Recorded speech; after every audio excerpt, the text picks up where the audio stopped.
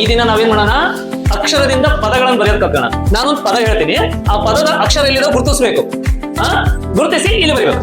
ಉದಾಹರಣೆಗೆ ಕಮಲ, ಕ ಮ ಲ ಹಿಂಗ್ ಗುರುತಿಸ್ಬೇಕು. ಇಲ್ಲಿ ಕ ಮ ಲ ಅಂತ ಬರೀಬೇಕು.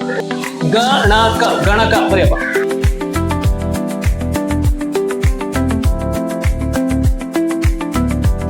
ತಬಲ, ತಬಲ, ತಬಲ.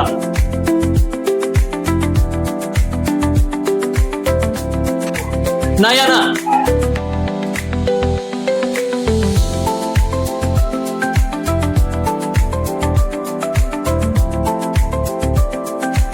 ಬರಹ, ಆಲದ ಮರ.